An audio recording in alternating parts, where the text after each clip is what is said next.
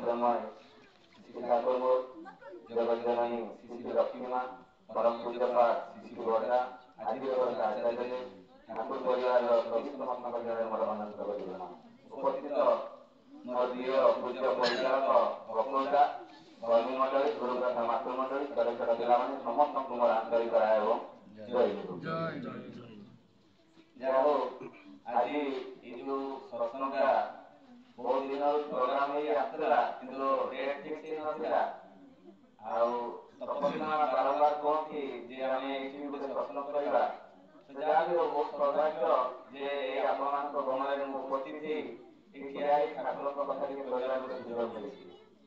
जहाँ हो आमे जो गुरु को ग्रहण करू कहीं गुरु को ग्रहण करबा ये जो गुरु परंपरा कौन एना आसी ना आगो थिला जे गुरु को धरबार आवश्यकता रही कि नहीं कहीं आम गुरु को धरबा आज जो समस्या में जर्जरित होचे परिवार जीवन बाप पुअर संपर्क भल ना स्त्री स्वामी संपर्क भल ना पिता पुत्र संपर्क भल ना विभिन्न मनुष्य पाखे विभिन्न रोग प्रकार किडनी खराब लिवर खराब कैंसर विभिन्न प्रकार जरायुर तुलना भर्ती हो जाए। तेणु आम गुरु को कहीं धरवा गुरु को धरवा गोटे उद्देश्य जे सत पथर आम पाइबा जो थे कि आम परिवार को बचेबा एवं भल भाव चलैबा এইটাই মুখ্য কারণ। তেণু এই জনে ভক্তর কথা কই আরম্ভ করিলি কাইকি আজ বহুত গুড়া কথা আপনাকে কইলি কাইকি দ্বন্দ্বর জিনিস বহুত আছে যে আজ পারিবারিক জীবনে বহুত সমস্যা রয়েছে সমস্ত স্বার্থরে বঞ্চিত পরম পিতা পুরুষোত্তম সমস্তଙ୍କୁ জন্ম ଦେଇଛନ୍ତି এই କୀଟ ପତଙ୍ଗ ଗଛ ତରୁ ଲତା ସମସ୍ତେ ଜନ୍ମ ଦେଇଛନ୍ତି। ଆମେ ଭାବୁଛେ ଏଇ ଯୋଉ ଘରଟା ମୋର এই ঘর ঘর এইগুলা রয়ে যাচ্ছে বা গাড়ি ঘোড়া কথা বাড়ি এই ଯୋଉ ব্যাংক ব্যালেন্ସ এইগুলা তো পছরে ଆମେ ଦୌଡ଼ିଛେ যে एक्चुअली ଆମେ ଯୋଉ ପରମ ପିତା ପୁରୁଷୋତ୍ତମ ସ୍ୱୟଂ ନାରାୟଣ ଆମକୁ କୋଉଠି ପାଇଁ ଜନ୍ମ ଦେଇଛନ୍ତି ସେଇ କଥା ଆମେ ଜାଣୁନା। ଆଉ ଆମେ ଭାବୁଛେ ଯେ ମରିଗଲା ପରେ এই ଯୋଉ ଗାଡି ଘୋଡା ଗୁଡା ଆମ ବେକରେ ବାନ୍ଧିଦେଲେ ଆମେ ଯାଇକି ପଳେଇବା ସେଇ ସ୍ୱର୍ଗକୁ ସେଇଥିପାଇଁ ଆମେ ତା ପଛରେ ଦୌଡ଼ିଛେ। ତେଣୁ ଏଇ ଯୋଉ ଆମର ଯୋଉ ଭୁଲ ଧାରଣା ଯେ ଆମର କର୍ତ୍ତବ୍ୟ କଣ ଯିଏ ଜନ୍ମ ଦେଇଛନ୍ତି ତା ପାଇଁ ଆମେ କାମ କରିବା କିଏ ଦେଇଛନ୍ତି ସ୍ୱୟଂ ବିଷ୍ଣୁ ନାରାୟଣ ସେ ବ୍ରହ୍ମ କାହିଁକି ଦେଇଛନ୍ତି ଜନ୍ମ ତାଙ୍କର କାମ କରିବା ପାଇଁ। ଯେତେବେଳେ ମା ଗର୍ଭରେ ଜଣେ ଶିଶୁ ଥାଏ ସେତେବେଳେ ସଂକଳ୍ପ ଦେଇଥାଏ ଯେ ପ୍ରଭୁ ମୋତେ ଏଇ ନର୍କ ଯନ୍ତ୍ରଣାରୁ ମୁକ୍ତି ଦିଅ ତାପରେ ମା ଗର୍ଭରୁ ସନ୍ତାନ ଜନ୍ମ ହୋଇଥାଏ କାହିଁକି ସେ ସେତେ ପ୍ରତିଜ୍ଞା କରେ ଯେ ପ୍ରଭୁ ଯାଇ ତମ କାମ କରିବି କିନ୍ତୁ ଏଇ ମାୟା ମମତାରେ ଫସିଯାଏ ଏଇ ବାପ ପୁଅ ଝିଅ ସ୍ୱାମୀ ସ୍ତ୍ରୀ ଏଇ ମାୟା ମମତାରେ ଫସିଯାଏ ସେ ତାଙ୍କ କଥା ଭୁଲିଯାଏ। ହଠାତ୍ ଯଦି ଆମେ ଯାଉଥିବା କେତେବେଳେ ଆମ ଜୀବନଟା ଚାଲିଯିବ ଆମେ ଜାଣିପାରିବା ନାହିଁ। ଜୀବନର ବାଟୋଇ ସେ ପ୍ରଭୁଙ୍କ ପାଖରେ ଅଛି ଆମେ ସେଟା ବୁଝୁନା ଆମେ ଭାବୁ ଯେ ଈଶ୍ୱର ଗୋଟେ କେହି ନୁହେଁ। ତେଣୁ ଜଣେ ଭକ୍ତ ଥିଲେ ସିଏ ହେଉଛନ୍ତି ଅନନ୍ତ ମହାରାଜ। ସିଏ 5 କ୍ଲାସ ପାସ୍ କରିଥିଲେ ଷଷ୍ଠ କ୍ଲାସରେ ପଢୁଥିଲେ ଦିନେ ଅନନ୍ତ ମହାରାଜକୁ ଶ୍ରୀ ଠାକୁର ଡାକିଛନ୍ତି ଶ୍ରୀ ଠାକୁର ତାଙ୍କ ଜଣେ ଭକ୍ତ ଯେ ଅନନ୍ତ ତୁ ଆଜି ପଞ୍ଚାନନ ଦାସଙ୍କ ସହିତ ଧର୍ମ ଆଲୋଚନା କରିବା ପାଇଁ ଯିବୁ। ଆଉ ପଞ୍ଚାନନ୍ଦା 18ଟା ବିଷୟରେ ପଢେଇ ପାରିଥିଲେ ସେ କେତେ ମୁନି ଋଷି ସାଧୁ ସନ୍ନ୍ୟାସୀଙ୍କୁ ହରେଇଛନ୍ତି ତାଙ୍କୁ ହରେଇବା ଭଳିଆ ଲୋକ କେହି ବି ନଥିଲେ। ଆଜିର ଡେଟରେ କେହି ବି ଜଣେ ପ୍ରଫେସର ହଉ ବା ମାଷ୍ଟର ହଉ 18ଟା ବିଷୟ ପଢେଇ ପାରିବ ନାହିଁ କିନ୍ତୁ ସେ ପଢୁଥିଲେ ତାଙ୍କର ଏତିକି ଜ୍ଞାନ ଥିଲା। କେତେ ମୁନି ଋଷି କେତେ ସାଧୁ ସନ୍ନ୍ୟାସୀ କାଶ୍ମୀରର ପଣ୍ଡିତ ମାନେ ତାଙ୍କୁ ହରେଇ ପାରିନଥିଲେ। ଶ୍ରୀ ଠାକୁର କହିଲେ ତୁ ଯିବୁ ପଞ୍ଚାନନ ଦାସଙ୍କ ସହିତ ଧର୍ମ ଆଲୋଚନା କରିବା ପାଇଁ। ଅନନ୍ତ ମହାରାଜ କହୁଛନ୍ତି ଠାକୁର ମୁଁ ଜଣେ ଅଧମ ମୋର ଏଇ ଶାସ୍ତ୍ର ଜ୍ଞାନ ଉପରେ କିଛି ନାହିଁ ନଲେଜ ମୁଁ କେମିତି ଯିବି ତାଙ୍କ ସହିତ ଧର୍ମ ଆଲୋଚନା କରିବା ପାଇଁ। ସେ କହିଲେ ଉଦାହରଣ ଦେଲେ କାହା ଉଦାହରଣ ଦେଲେ ସ୍ୱାମୀ ବିବେକାନନ୍ଦଙ୍କର। ସେ ଯେତେବେଳେ ଚିକାଗୋ ଯାଇଥିଲେ ସେତେବେଳେ ବହୁତ ଭାଷଣ ଦେଇଥିଲେ କାହା ଉପରେ ଏ ଭାରତୀୟ ସଂସ୍କୃତି ଉପରେ ଏବଂ ଯେତେବେଳେ ବହୁତ ଜାଗାରେ ଭାଷଣ ଦେଲେ ଚିକାଗୋରେ ଦେଲେ ଆହୁରି ବିଭିନ୍ନ ଜାଗାରେ ଦେଲେ ଶେଷରେ ଗୋଟେ ପେଣ୍ଟରକୁ କହିଲେ ଯେ ମୁଁ ଯୋଉ ସ୍ପିଚ୍ ଦେଇଥିଲି ତାର ଗୋଟେ ଫଟୋ ଚିତ୍ର ମୋତେ ଗୋଟେ ତିଆରି କରିଦିଅ। ସେତେବେଳେ ତ ମୋବାଇଲ ନଥିଲା ବା ଫଟୋ ନଥିଲା ତେଣୁ ପେଣ୍ଟରକୁ କହିଲେ ଯେ ଯୋଉ ମୁଁ ସ୍ପିଚ୍ ଦେଲି ତାର ଗୋଟେ ଫଟୋ ଚିତ୍ର ବନାଅ। ସେ ଆମେରିକାରେ ସେ ଯେତେବେଳେ ପେଣ୍ଟର ଫଟୋ ଚିତ୍ରଟା ବନେଇଲା ବନେଇ ସାରିଲା ପରେ ସେ ସାଇଡରେ ରାମକୃଷ୍ଣ ଠାକୁରଙ୍କ ଫଟୋ ତିଆରି କରିଦେଇଛି ସେ ପେଣ୍ଟର। ସ୍ୱାମୀ ବିବେକାନନ୍ଦ ପଚାରୁଛନ୍ତି ଯେ ସାଇଡରେ ରାମକୃଷ୍ଣ ଠାକୁର ମାନେ ମୋ ଗୁରୁକୁ ତୁମେ କଣ ଦେଖିଛ ସିଏ କଣ ଏଇ 7 ସମୁଦ୍ର ଆସି ମୋ ପାଖରେ ଠିଆ ହେଇଥିଲେ ତୁମେ ଏଟା ବନେଇଲ କେମିତି? ସେ କହିଲେ ଆପଣ କଣ ସ୍ପିଚ୍ ଦଉଥିଲେ ଆପଣଙ୍କ ସାଇଡରେ ତ ସ୍ୱୟଂ ପ୍ରଭୁ स्वामी विवेकानंद साइड रामकृष्ण ठाकुर ठिया आइ सब कहउले आपण लोग किछि कहउले आपण किछि कहउनते स्वामी विवेकानंद का आखिर लुह बहिला से भाबिले जे मु ए जो भल भल स्पीच रे मो भाई ताली बहुत मारुछथि जे मु एटा कहिछि किंतु परम पिता पुरुषोत्तम ताको सामने थिले सेही कथा ताको अनुभव होला केते बेला अनुभव होला जेते पेंटर से चित्रटा बनि ना देला ताने चिंता करतो जेते बेले आमे भाबु ए सब किछि आमे करछे पूर्व जन्मर कर्मफल अनुसार आमे गाड़ी घोड़ा करछे छुआ पिला हेछि एगुडा सब पूर्व जन्मर कर्मफल अनुसार एगुडा आमे अर्जित बा हम परिश्रमर फल नुहे सेमिति हेले समस्त आगे गाड़ी था समस्त आगे बिल्डिंग था के गरीब नथाते तेणु पूर्व जन्मर माने पूर्व कर्मफल अनुसार आमे के दुख भोग करू के सुख भोग करू तेणु एगुडा हमकु जानिबा दरकार तापर गले पंचानन पाखको से धर्म आलोचना करिया ପାଇଁ ଏବଂ ଯେତେବେଳେ ଧର୍ମ ଆଲୋଚନା 3 ଘଣ୍ଟା ପ୍ରଶ୍ନ ପଚାରିଛନ୍ତି ଅନନ୍ତ ମହାରାଜ କୁ पंचानन 3 घंटा प्रश्न पचारि सारिला ପରେ ଅନନ୍ତ ମହାରାଜ ପଚାରୁଛନ୍ତି ଯେ ଆପଣ ମୋତେ 3 ଘଣ୍ଟା ପ୍ରଶ୍ନ ପଚାରିଲେ ମୁଁ ଆପଣଙ୍କୁ ମାତ୍ର 3 ଟା ପ୍ରଶ୍ନ ପଚାରିଲି ସେତେବେଳେ କହିଲେ ପଚାର ତୁମ ଭଳିଆ ଯେତେ ଜ୍ଞାନୀ ମୁଁ ହେଇଛି ତମେ ତ ସାଧାରଣ ଲୋକ ଅନନ୍ତ ମହାରାଜ ପଚାରିଲେ ପ୍ରଥମ ଆପଣ ମୋତେ ଏହି ପ୍ରଶ୍ନ ପଚାରିଲେ ମଝିରେ ଏଇଟା ପଚାରିଲେ ଆଉ ଶେଷରେ ଏଇଟା ପଚାରିଲେ ତାର ସାମଞ୍ଜସ୍ୟ କ'ଣ ମୋତେ କୁହନ୍ତୁ पंचानन कहले एई प्रश्न गुडा साଙ୍ଗे साथ कहिदेबी देखला बेलू किछि समय बीतीगला कहि पारले नै कहले मते किछि दिन दरकार कहले ठीक अछि 3 दिन पर गोटे प्रश्नर उत्तर देले तार 5 दिन पर आ गोटे प्रश्नर उत्तर देले तापरे 2 मिनिट चेंज कर चेंज ठीक अछि हेलो चेंज करछन चेंज करछन जेलेटा चला हेलो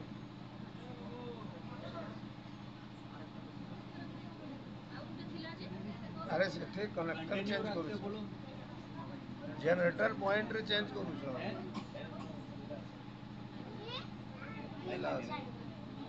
लाइट पड़ी जाए इनवर्टर चलूला ओ ऑपरेटर कौन है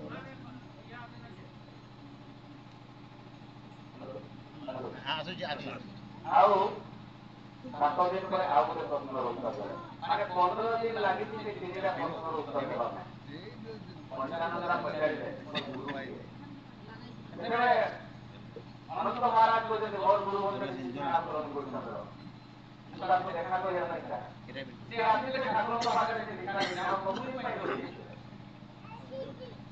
କେତେ ବଡ଼ ବଡ଼ ଲୋକ ଶିକ୍ଷା ଆନ୍ଦୋଳନ ପାଖକୁ ଆସିଲେ ସୁଭାଷ ଚନ୍ଦ୍ର ବୋଷଙ୍କର ବାପା ମା ସେମାନେ ଦୀକ୍ଷିତ ହେଲେ ଶିକ୍ଷା ଆନ୍ଦୋଳନ ତେଣୁ ତ ସୁଭାଷ ଚନ୍ଦ୍ର ବୋଷଙ୍କ ଭଳିଆ ସେ ଗୋଟେ ପୁତ୍ର ସନ୍ତାନ ଜନ୍ମ କରିପାରିଲେ ଦେଶବନ୍ଧୁ ଚିତ୍ତରଞ୍ଜନ ସିଏ ତାଙ୍କ ବାପା ମା କିଏ ଦେଶବନ୍ଧୁ ଚିତ୍ତରଞ୍ଜନ ମଧ୍ୟ ରଞ୍ଜନ ସରକାର ନ୍ୟାୟମନ୍ତ୍ରୀ ସେ କଲିକତା ଜଣେ ମେୟର ଥିଲେ ସିଏ ମଧ୍ୟ ଶିକ୍ଷା ଆନ୍ଦୋଳନ ଦୀକ୍ଷିତ ଥିଲେ ତେଣୁ ଏଇ ଯୋଉ ଆମେ ଶିକ୍ଷା ଆନ୍ଦୋଳନ ଧରି ଆମେ ପାଇଛେ କ'ଣ ଆମ ପରିବାରକୁ ବଞ୍ଚେଇବା ପାଇଁ ତିଆରି କରିବା ପାଇଁ ଆମେ ଚେଷ୍ଟା କରୁଛେ ତାହେଲେ ଆମ ପରିବାର କେମିତି ହେବା ଦରକାର ଏଇଟା ତ ଜାଣିବା ଦରକାର ରାମାୟଣର ଗୋଟେ କଥା କହିବି ଆମେ ସମସ୍ତେ ଜାଣିଛେ ଯେ ଦିନେ କ'ଣ ହେଇଛି ଭରତ ସିଏ ତାଙ୍କ ଗୁରୁଙ୍କ ସହିତ ବୈଷ୍ଣବଙ୍କ ସହିତ ସିଏ ଆସୁଛନ୍ତି ତାଙ୍କ ଘରକୁ ମାନେ ସେ ଯେତେବେଳେ ଆସିଲା ବେଳେ ରାସ୍ତାରେ ନନ୍ଦୀଗ୍ରାମ ପଡ଼େ ନନ୍ଦୀଗ୍ରାମରେ ତାଙ୍କର ଯୋଉ ମାନେ ପିତୃପୁରୁଷମାନେ ଥାଆନ୍ତି ଯୋଉମାନେ ତାଙ୍କ ଦେହ ତ୍ୟାଗ କରିଛନ୍ତି ତାଙ୍କର ମୂର୍ତ୍ତି ଅଛି ସେଇଠି ଭରତ କ'ଣ କଲେ ସେଠି ପୂଜା କରୁଛନ୍ତି ମାନେ ଆରତି କରୁଛନ୍ତି ଆରତି କରୁ କରୁ ହଠାତ୍ ଦେଖିଲେ ତାଙ୍କ ପିତା ଦଶରଥଙ୍କର ସେଠି ମୂର୍ତ୍ତି ଅଛି ତାଙ୍କ ହାତରୁ ଥାଳିଟା ପଡ଼ିଗଲା ଯେତେବେଳେ ଥାଳିଟା ପଡ଼ିଗଲା ତାଙ୍କ ହାତରୁ ସେ ପଚାରିଲେ ଗୁରୁଙ୍କୁ ଯେ ମୋ ବାପା କେତେବେଳେ ମରିଲେ ଯେତେବେଳେ ଏଇ ପ୍ରଶ୍ନଟା ପଚାରିଲେ ସେ ସେତେବେଳେ କହିଲେ ଯେ ମୋ ପିତା ମାନେ ତୁମ ପିତା ଯେ ତୁମ ଭାଇଙ୍କର ଚିନ୍ତାରେ ପଡ଼ିଗଲେ ମାନେ ମୋ ଭାଇର ଚିନ୍ତା କାହିଁକି କହିଲେ ତୁମ ଭାଇ 14 ବର୍ଷ ବଣକୁ ପଳେଇଛନ୍ତି କାହିଁକି ଗଲେ ତୁମ ମା ପ୍ରତିଜ୍ଞା କରିଥିଲେ ଯେ 14 ବର୍ଷ ସେ ବଣକୁ ଯିବ ଏବଂ ସେଇ ଅନୁସାରେ ସେ ଯାଇଛନ୍ତି ସେଇ ଚିନ୍ତାରେ ତୁମ ବାପା ମରିଗଲେ ଦୌଡ଼ିଲେ ଭରତ ତାଙ୍କ ମାଙ୍କ ପାଖକୁ ମାଙ୍କ ପାଖରେ ଘର ଧରିକିନା କାନ୍ଦିଲେ କହିଲେ ଦେବଦାସ ପଳେଆ ମାନେ ମୋ ଭାଇ ତାଙ୍କୁ ତୁମେ ବଣକୁ ପଠେଇଦେଲ ଚାଲ ଯିବା ତାଙ୍କୁ ଫେରେଇକିନା ଆଣିବା ମାନେ ଭାଇ ଭାଇଙ୍କର ସମ୍ପର୍କ କେମିତି ଆମେ ରାମାୟଣରୁ ଶୁଣିବା ଆମେ କ'ଣ କରୁ ଯେ ରାମାୟଣଟା ପଢ଼ିକିନା ମୁଖସ୍ଥ କରିଦେଉ କିନ୍ତୁ ଆମେ କେମିତି ତାଙ୍କ ଚଳଣିରେ ଜୀବନରେ ଆମେ ବିତେଇବା ସେ କଥା ଆମ ଚିନ୍ତା ନାହିଁ ଆମେ ଯାହାକୁ ପଚାରିଲେ ବହୁତ ପ୍ରବଚନ ଦିଅନ୍ତି କିନ୍ତୁ ଠାକୁର ରୂପଚନ୍ଦ୍ରଙ୍କର ଯୋଉ ସତ୍ସଙ୍ଗ ସମସ୍ତଙ୍କୁ ନିଜେ ଆଚରଣରେ କରିବା ପାଇଁ ଶିଖେଇ ଦିଆଯାଏ ଏଇ ଯୋଉ ଯାହା ବି କୁହାଯାଏ ଯେ ଆଚରଣ କରିବା କଥା। ତେଣୁ ସେ ଯେତେବେଳେ ଯାଇକି କହିଲେ ଚାଲ ଯିବା ସେ ରାମଚନ୍ଦ୍ରଙ୍କୁ ଫେରାଇ ଆଣିବା, ତାଙ୍କ ମାଆଙ୍କୁ କହିଲେ ବରାଦ। ଗୁରୁ ବୈଶିଷ୍ଟ୍ୟ, ତାଙ୍କ ବାପା, ସୀତାଙ୍କର ମା, ତାଙ୍କ ମାମୁଁ ସମସ୍ତେ ହେଇକିନା ଗଲେ ରାମଚନ୍ଦ୍ରଙ୍କୁ ଫେରାଇକିନା ଆଣିବା ପାଇଁ। କେମିତି ଗଲେ? ଗୋଟେ କଠଉ ଧରିକିନା ଭରତ। ଏବଂ ଯେତେବେଳେ ଭରତ ସେ କଠଉ ଧରିକିନା ଗଲେ ଏବଂ ଯାଇକିନା ରାମଚନ୍ଦ୍ରଙ୍କୁ ସେ ଯେତେବେଳେ କଠଉଟାକୁ ତଳେ ରଖିକିନା ପ୍ରଣାମ କରିକିନା କହୁଛନ୍ତି ଯେ ଆପଣ ଘରକୁ ଫେରି ଚାଲନ୍ତୁ। ସେତେବେଳେ ରାମଚନ୍ଦ୍ର କଣ କହିଲେ? ଯେ ମୁଁ ବିଷ୍ଣୁ ସତ୍ୟ ପାଳନ କରିବା ପାଇଁ ବଣକୁ ଆସିଛି। ମୋତେ ବନବାସ କରିବା ପାଇଁ ପିତା ମୋତେ ଦାୟିତ୍ୱ ଦେଇଛନ୍ତି ଏବଂ ମୋତେ ଜାଗା ଦେଇଛନ୍ତି ଏବଂ ମୁଁ ତାକୁ ପାଳନ କରିଛି। ଦେଖନ୍ତୁ ବିଧାନଟାକୁ ଠାକୁର କେମିତି ପାଳନ କଲେ। ରାମଚନ୍ଦ୍ର ନିଜ ଆଚରଣରେ ବିଧାନଟାକୁ ପାଳନ କଲେ। ସେ ଚାହିଁଥିଲେ ପିତା ତ ମରିଯାଇଛନ୍ତି, ସେ ପଳେଇ ପାରିଥାନ୍ତେ ବଣରୁ। ରାଜକନ୍ୟା କିଏ ଥିଲେ? ସୀତା। ତାଙ୍କ ଘରେ କେତେ ଚାକର ଚାକରାଣୀ, ସେଇଭଳିଆ ଜଣେ ନାରୀ ରାମଙ୍କ ସହିତ ବବଳ ପିନ୍ଧି ସେ ବଣରେ ବୁଲୁଥିଲେ। କେମିତି ଦେଖନ୍ତୁ ସ୍ତ୍ରୀ ଯେ ସ୍ୱାମୀଙ୍କ ସହିତ କେମିତି କୋଳି ନେଲା। ଆଜିର ସ୍ତ୍ରୀ କଣ ହବ? ଯଦି ଆମେ ଧରି ନିଅନ୍ତୁ ସତ୍ସଙ୍ଗ ଯାଇଛେ, ସତ୍ସଙ୍ଗ ଫେରିଲା ବେଳକୁ 12ଟା 1 ହେଇଗଲା, ସେ ଖାଇ ପିଇକିନା ଶୋଇ ଯାଉଛି। କିନ୍ତୁ ସେତେବେଳେ କେମିତି ସ୍ତ୍ରୀ? ରାମାୟଣରୁ ଆମେ କଣ ଶିଖିବା? ଏଇ ଜିନିଷ ଗୁଡା ଶିଖିବା। କେମିତି ସ୍ତ୍ରୀ ହେବା ଦରକାର, କେମିତି ଭାଇ ହେବା ଦରକାର। ସେତେବେଳେ ରାମଚନ୍ଦ୍ର ଫେରିଲେ ନାହିଁ, ପଳେଇଲେ ଭରତ ଘରକୁ। ଘରକୁ ଯାଇକିନା କଣ କଲେ? ସେ ନନ୍ଦୀଗ୍ରାମରେ ଗୋଟେ କୁଡ଼ିଆ ଘର ବନେଇକିନା ରହିଲେ। ଦିନେ କଣ ହେଇଛି? ସେ ରାତିରେ କୌଶଲା ବୁଲୁଛନ୍ତି। ବୁଲୁ ବୁଲୁ ରାତିରେ ଯେତେବେଳେ ରାଜଦରବାରରେ ଦେଖୁଛନ୍ତି, ମାଣ୍ଡବୀ ମାନେ ଭରତଙ୍କ ସ୍ତ୍ରୀ, ସିଏ ଛାତ ଉପରେ ବୁଲୁଛନ୍ତି। ଛାତ ଉପରେ ଯେତେବେଳେ ବୁଲୁଛନ୍ତି, ସିଏ ଯାଇକିନା ଦେଖୁଛନ୍ତି ଯେ ରାତିରେ ତ କେହି ଚାଷବାସ ଥିବେ ନାହିଁ ବା କେହି ଚାଷବାସ ନଥିବେ, ଏଇଟା କିଏ ଗୋଟେ ନାରୀ ବୁଲୁଛି। ଯେତେବେଳେ କୌଶଲା ଯାଇକିନା ଦେଖୁଛନ୍ତି, ଦେଖିଲା ବେଳକୁ ତାଙ୍କ ବୋହୂ ମାଣ୍ଡବୀ। ଯେତେବେଳେ ତାଙ୍କ ବୋହୂକୁ ଦେଖୁଛନ୍ତି, କହିଲେ ତୁ ମା କାହିଁକି ରାତିରେ ବୁଲୁଛୁ? କହିଲେ ନା ମୋ ସ୍ୱାମୀ ଶୋଇନାହାନ୍ତି। ଯଦି ଶୋଇନାହାନ୍ତି ତୁ ଯିବୁ ନା ତଳକୁ। ଏଇ କଥାଟା ଯେତେବେଳେ କହିଲେ, ସେତେବେଳେ କହିଲେ ମୋ ସ୍ୱାମୀ ଘରେ ନାହାନ୍ତି। ତାହେଲେ ଅଛନ୍ତି କୋଉଠି? ସେତେବେଳେ ନନ୍ଦୀଗ୍ରାମରେ ଅଛନ୍ତି। କହିଲେ ନନ୍ଦୀଗ୍ରାମରେ ଅଛି ତୋ ସ୍ୱାମୀ, ସିଏ ଶୋଇନି ନାହିଁ, ତୁ କେମିତି ଜାଣିଲୁ? କହିଲେ ନାଇଁ ଦେଖ ସେ ଘରେ ଗୋଟେ ପ୍ରଦୀପ ଜଳୁଛି, ସେ ପ୍ରଦୀପଟା ଯେତେ ପର୍ଯ୍ୟନ୍ତ ଲିଭିବ ନାହିଁ ସେତେ ପର୍ଯ୍ୟନ୍ତ ମୋ ସ୍ୱାମୀ ଶୋଇନାହାନ୍ତି। ତାହେଲେ ସେ ନନ୍ଦୀଗ୍ରାମରେ ରହୁଛି କଣ?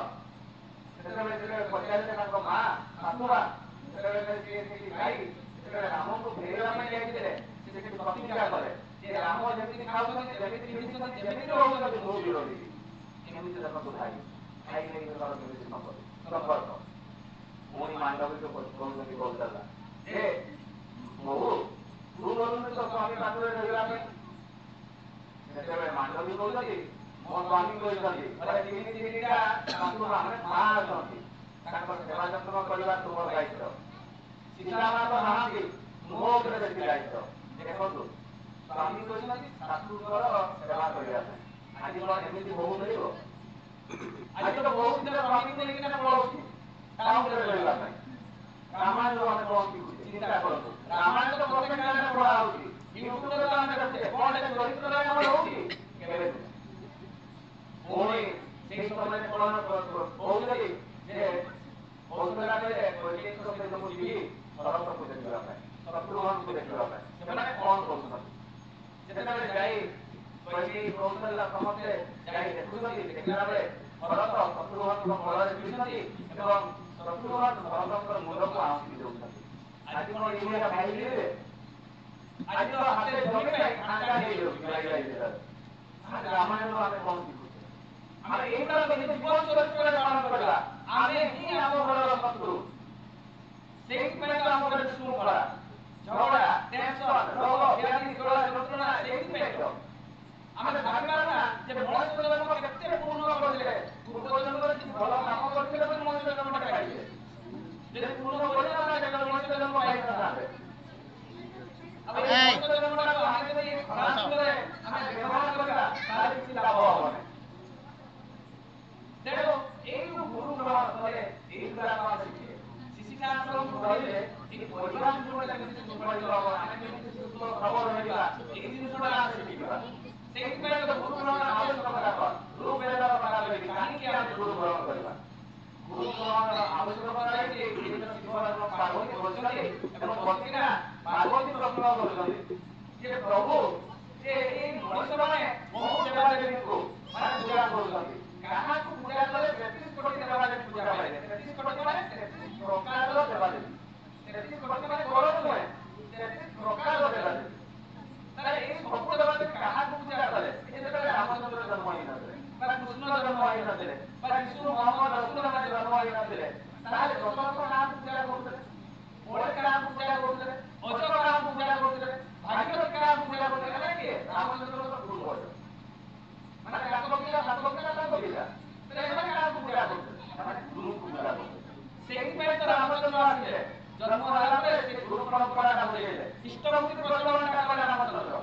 ଚିତ୍ର ମୁକ୍ତି କଲେ ଯେ ରାମଚନ୍ଦ୍ର ଯେତେବେଳେ 12 ବର୍ଷରେ ଗୁରୁ ଆଶ୍ରମ କଲେ ଆମର ଦୀକ୍ଷାର ଚରିତ୍ର କେତେ କେତେ ବର୍ଷରେ 12 ବର୍ଷରେ ଆମେ ଦୀକ୍ଷା କେତେ ନେଲୁ 12 ବର୍ଷରେ ଆମେ ଦୀକ୍ଷା ନେଲୁ ତେଣୁ 12 ବର୍ଷରେ ସେ କଣ କଲେ ଗୁରୁଙ୍କର ଆଶ୍ରମ କଲେ ବୈଶିଷ୍ଟ୍ୟ ସଭାକୁ ଯାଇଥିଲେ ସେ କଣ କଲେ ଦୀକ୍ଷା କଲେ ଶିକ୍ଷା କଲେ ଏବଂ ସେବା କଲେ ଈଶ୍ୱର କାମ ଏଇ ତିନିଟା ତାହେଲେ ଏଇ ପ୍ରଥମେ କଣ କରନ୍ତି ସକାଳୁ ଉଠିକିନା ବ୍ରହ୍ମ ମୁହୂର୍ତ୍ତରେ ଗୁରୁଙ୍କ ମାଗିବା ପାଇଁ ଯାଆନ୍ତି ରାମଚନ୍ଦ୍ର କେତେ ଆଗ 3ଟାରୁ 5ଟା ଆଗ ଯାହା ଆଣନ୍ତି ଗୁରୁମାତାଙ୍କୁ ଦିଅନ୍ତି ଗୁରୁମାତା ତାଙ୍କୁ ରନ୍ଧନ କରିକିନା ଗୁରୁଙ୍କୁ ଦିଅନ୍ତି ଗୁରୁ ଖାଇସାରିଲା ପରେ ଶିଷ୍ୟମାନେ ଖାଆନ୍ତି ଆଉ ଇଷ୍ଟବୃତ୍ତି ତାହା ପ୍ରତ୍ୟେକ ଦିନ ସକାଳୁ ବ୍ରହ୍ମ ମୁହୂର୍ତ୍ତରେ ଉଠି ତାଙ୍କୁ ଆମେ ଅର୍ପଣ କରିବା ତାପରେ ଆମେ ଅନ୍ନ ଜଳ ଗ୍ରହଣ କରିବା ଏ ସୃଷ୍ଟି ତ ତାଙ୍କର ଏ ଯେତେ ସବୁ ଗଛ ଲତା ଫଳ ଲତା ଆମେ ଅନ୍ନ ଖାଉଛେ ପ୍ରଥମେ ଯଦି ଆମେ ସମର୍ପିତ କରିକିନା ଖାଇବା ଯେତେବେଳେ ଆମେ ଖାଉଛେ ମୁଢ଼ି ଖାଉଛେ ବା ଭାତ ଖାଉଛେ ବା ଆଉ କୌଣସି ଜିନିଷ ଖାଉଛେ ତାକୁ ଯଦି ଥାଳିରେ ଧରିକିନା ଆମେ ସମର୍ପିତ କରିଦେବା ତାହେଲେ ସେଟା ପ୍ରସାଦ ହେଇଯିବ ତାକୁ ଧରିକିନା ମନେ ମନେ ଆମେ ବହୁତ ଲୋକ ଦେଖିଛି ତଳେ ଟିକେ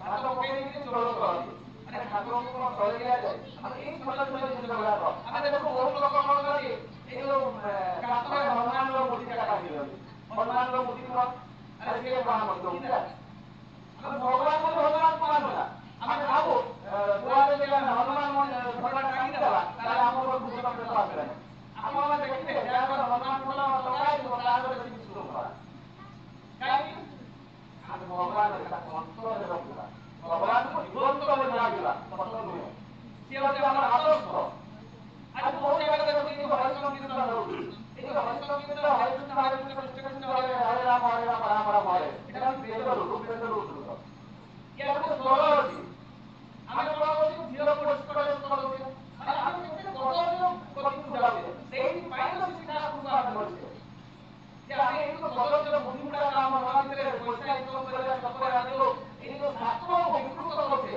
ସେଇଥିପାଇଁ ଶିକ୍ଷା ଆଶ୍ରମକୁ ଧରିଛେ ଆଉ ଆମକୁ ସେଟା ମଜା ବି ଲାଗୁଛି ଝିଅ ପୁଅ ଯେତେବେଳେ ଡ୍ୟାନ୍ସ କରୁଛନ୍ତି ହରିକୀର୍ତ୍ତନ କୀର୍ତ୍ତନରେ ଆମକୁ ମଜା ବି ଲାଗୁଛି ଆଜି କେତେ ଆମକୁ ଖରାପ ଦିଗକୁ ଟାଣୁଛି ଆକର୍ଷଣ କରୁଛି ସେଇଥିପାଇଁ ତ ଆମେ ଶିକ୍ଷା ଆଶ୍ରମକୁ ଧରିଛେ ଆଉ ଯିଏ ତାର ସେଇ ଯୋଉ ମନ୍ତ୍ରର ଯିଏ ମହତ୍ଵ ଜାଣିଲା ସିଏ ହିଁ ଏହାକୁ ପ୍ରଦର୍ଶିତ କରୁଛି ତେଣୁ ଏଇ ଛୋଟ ଛୋଟ ଜିନିଷ ଗୁଡାକ ଆମର ପରିବର୍ତ୍ତନ ହେବାର ଆବଶ୍ୟକତା ରହିଛି ଯେତେ ପର୍ଯ୍ୟନ୍ତ ଆମେ ଏଗୁଡାକ ପରିବର୍ତ୍ତନ କରିବା ନାହିଁ କେତେବେଳେ ପରିବର୍ତ୍ତନ କରିବା ଯେତେବେଳେ ଆମେ ଶିକ୍ଷା ଆଶ୍ରମର ଶରଣାପନ୍ନ ହେବା ତାଙ୍କ ବିଧାନରେ ସଂସ୍କାରିତ ହେବା ଯେତେ ପର୍ଯ୍ୟନ୍ତ ତାଙ୍କ ବିଧାନରେ ସଂସ୍କାରିତ ହେବା ନାହିଁ ସେତେ ପର୍ଯ୍ୟନ୍ତ କିଛି ବି ହେବନି ଆମେ ଭାବୁ ଯେ ଠାକୁରଙ୍କୁ ଧରି ସାରିଲା ପରେ ବି ବହୁତ ଲୋକ ଭାବନ୍ତି କଣ ଭାବନ୍ତି ଯେ ଆମେ ଠାକୁରଙ୍କୁ ଧରିଲୁ କାହିଁ ତ ଆମର କିଛି ହେଲାନି ପୂର୍ବ ଜନ୍ମର କର୍ମଫଳ ଯେତେ ପର୍ଯ୍ୟନ୍ତ ଖଣ୍ଡନ ହେବ ନାହିଁ ସେତେ ପର୍ଯ୍ୟନ୍ତ କାହିଁ ଦୁର୍ନୀତି ହୁଏ ନା ଆମେ ଭାବୁ ଯେ ମୁଁ ଗାଡ଼ିରେ କଲି ଚାକିରିରେ କଲି ଏଗୁଡ଼ା ସବୁ ପୂର୍ବ ଜନ୍ମର କର୍ମଫଳ ହିସାବରେ ମୁଁ କଲି ଏଇ ଜନ୍ମରେ ଆଉ ଏଇ ଜନ୍ମର କର୍ମଫଳ ଆର ଜନ୍ମକୁ ପାଇଲି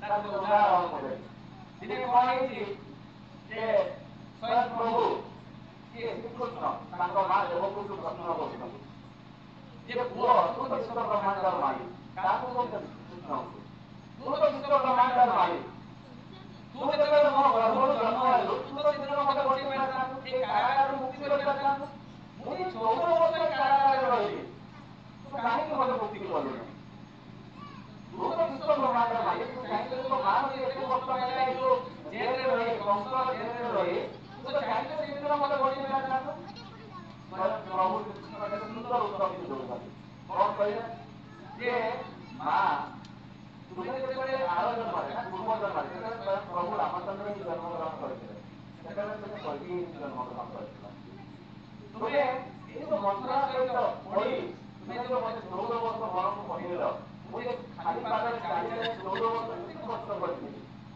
ସେଇ କର୍ମର ଫଳ ଏ ଜନ୍ମରେ ତୁମେ ଜେଲ ଦଣ୍ଡ ଭୋଗ କରିଛ ମାନେ କାରାଗାରରେ ରହିଛ ତାହେଲେ କର୍ମଫଳ ସ୍ୱୟଂ ଭଗବାନ ରହିକିନା ବି ଖଣ୍ଡନ କରିପାରନ୍ତିନି ତାକୁ ଭୋଗ କରିବା ପାଇଁ ପଡ଼ିବ ପାପ ଧୋଇ ହେଇଯିବ ଗଙ୍ଗା ନଦୀରେ ଗାଧେଇଲେ ପାପ ଧୋଇ ହେଇଯିବ କିନ୍ତୁ କର୍ମଫଳ ନୁହେଁ ଯଦି ଆମେ କର୍ମଟା ଉଚିତ କର୍ମ ନ କରିକିନା ଗଲତ କାମରେ ଯିବା କାହାଠୁ ପଇସା ଲୁଟିକିରି ମାରିକିରି ଖାଇବା କୋଉଠି କଣ ଗଲତ କାମ କରିବା ହଁ କି ନାହିଁ କାହାକୁ ମିଛ ସତ କହି କଳି ଲଗେଇବା ଏଗୁଡ଼ା ସବୁ ଗଲତ କାମ ଯେତେବେଳେ ଖରାପ କାମ ଗୁଡ଼ାକ ଆମେ କରୁଛେ ଏଗୁଡ଼ା ଷ୍ଟକ୍ ହେଇକିରି ରହୁଛି ଆମର ଏଇ ଜୀବନରେ ଏଗୁଡ଼ା ସବୁ ଷ୍ଟକ୍ ହେଇକିନା ରହୁଛି ସେଗୁଡ଼ା କେବେ ପାଇବା ଆର ଜନ୍ମରେ ବହୁତ ଲୋକ କହନ୍ତି ନା ଯେ ସେ ଖରାପ ଲୋକଟା ଦେଖିଲା ବେଳକୁ ସେ ବହୁତ ଧନୀ ହେଇଗଲା ସେ ତ ଚୋର କରୁଛି ବଦମାସ କରୁଛି ଡକାୟତ କରୁଛି ଲୋକଙ୍କୁ ଲୁଟିକିନା ଖାଉଛି ବହୁତ ଲୋକଙ୍କର ପ୍ରଶ୍ନ ଆସେ ସେ ତ ବିଲ୍ଡିଂ କରିଦେଲା ଚୋରି କରିକିନା ଏ ପ୍ରଶ୍ନ ଆସେ ତାର କାରଣ ହେଉଛି ପୂର୍ବଜନ୍ମର କର୍ମଫଳ ଅନୁସାରେ ସେଟା ଏଇ ଜନ୍ମରେ ନାହିଁ କିନ୍ତୁ ଏଇ ଜନ୍ମରେ ଯୋଉଟା जोटा करछि सेटा आरो जन्म पाइबो तेणु कर्म फल कर्म द्वारा ही फल हुए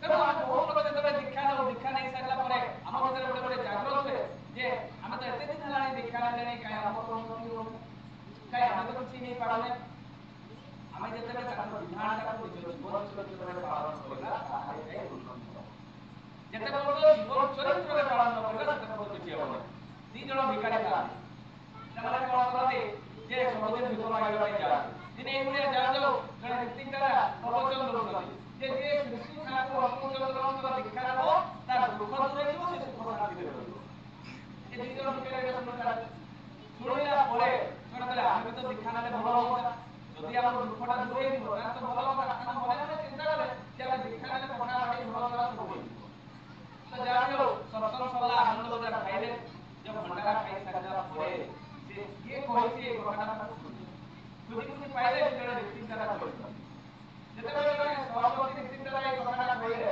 जे से ताको पचारु बसे दी जण भिखारी कहते जे दादा आपण तो बहुत जोर से पाटी कर कहले जे श्री ठाकुर अतुलचंद्र के दीक्षा नबा दुख दूर हो सुख शांति रहबो एटा कोन सत से सहमति रीति द्वारा हम 200% सत 100 200% सत कहला आमे दीक्षा नबा तो दीक्षा दिया गला दीक्षा देला माने विधान कहले एटा मन देई के समस्त सुनिबा दरकार काहे कि एटा को हम प्रत्येक दिन करबा जदि आमे न करू तार हमर लस ठाकुर को धरि किना जहां जहां आमे पालन करछे निज पाई ठाकुर का पाई नहीं ठाकुर का पाई काम जीरो ठाकुर का काम को ए मनुष्य को बचेगा इतिवाद एटा होची ठाकुर का काम मनुष्य को बचेगा इष्टंकर करिबा आमे ता पछरे लागिबा ता उन्नत रूप तैयारी करबा एटा होची इष्टंकर काम बाकी जहाँ काम होची एटा होची हम निज काम आमे जते ब्रह्म मुहूर्त रोकला काहे ब्रह्म मुहूर्त रोकला हमर आयुष वृद्धि हो जो माने 8टा 9टा बेले उन्नति तांका रोग बेसी हुए आबे तांका अपायु हो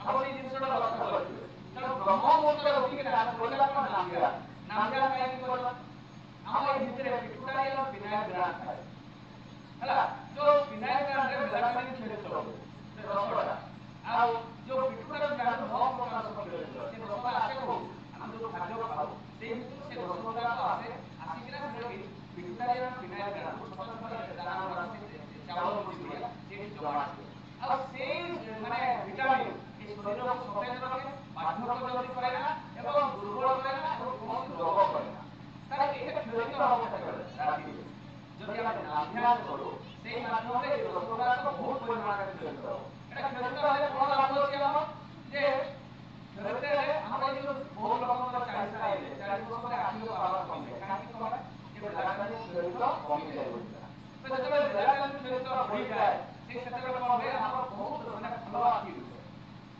ତାହେଲେ ଏଟା କାହାରେ ଠାକୁର ବିଧାନଟା କହିଲେ ମୋ ପାଇଁ ମୁଁ ଯଦି କରିବି ମୁଁ ପାଇବି ମୋ ଲାଭ ताले नामध्यान कर सारिला परे तापरे हम काम कोन प्रणाम करबा ठाकुर प्रणाम समस्त जानछि मंत्र परब्रह्म गुरुमानित आदान प्रदान जने करबिरा ए मंत्रटा कर सारिला परे सकल क्रिया पाठ करला जो मो अग्रणी मो मानि देखो एटा पूरा गुरुत्व देके सुनतो दीक्षा देला बेले बाबा ने कार्यटा देई दियंती आ से कार्यटा हजि भी जाय थाय बहुत लोक आज जदि मोगा जाय रिपिवार का बहुत जगह मागी से कार्यटा थाय तामे हम करूनी तेणु एटा कले कौन आम जो माने 6टा रिपु कंट्रोल आमे करि पाबे ता ପାଇଁ ପ୍ରତିକାର କରୁ ମୁଁ ଅଗ୍ରଣୀ ମୁଁ ମାନ ମୁଁ ପ୍ରଭାବ କରିନି ମୁଁ ଅମାନି ହେବିନି ଏଇଗୁଡା ଆମେ ପ୍ରତିକାର କରୁ କାହା ପାଖରେ କରୁ ଠାକୁରଙ୍କ ପାଖରେ ତାହେଲେ ଏଇଗୁଡା କରୁ କିଛି ନା କିଛି ଆମ ଭିତରେ ଏଇ ପ୍ରଭାବ ବା ଏଇ ଯୋଉ କାମନା ଏଇ ଯୋଉ 6ଟା ରିପୁ କାମ କ୍ରୋଧ ମୋହ ପ୍ରମାଦ ଏଗୁଡା କଣ୍ଟ୍ରୋଲ କରୁ ତାପରେ ଆମେ କଣ କରିବା ଏ ସତରଞ୍ଜିକା ପାଠ କରି ସାରିଲା ପରେ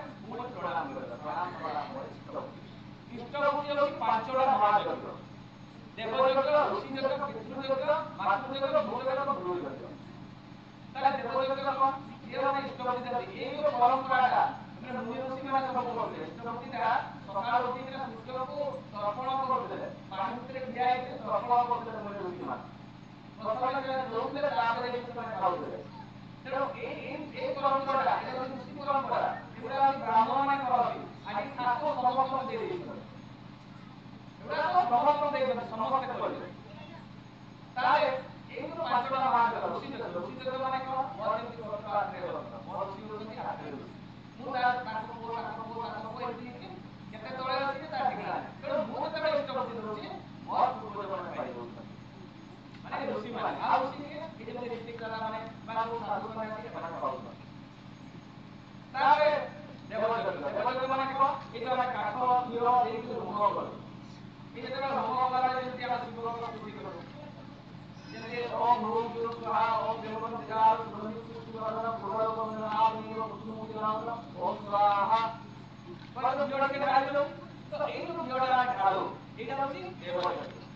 ଦେବତା ମାନଙ୍କୁ ଆମେ ଅର୍ପଣ କରୁ।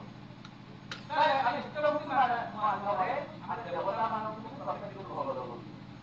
ତାପରେ କଣ ପିତୃଦେବ ମାତୃଦେବ ବର୍ଷରେ ଆମେ ପୁରସ୍କାର କରୁଛୁ ବାପା ମାଙ୍କ ପାଇଁ।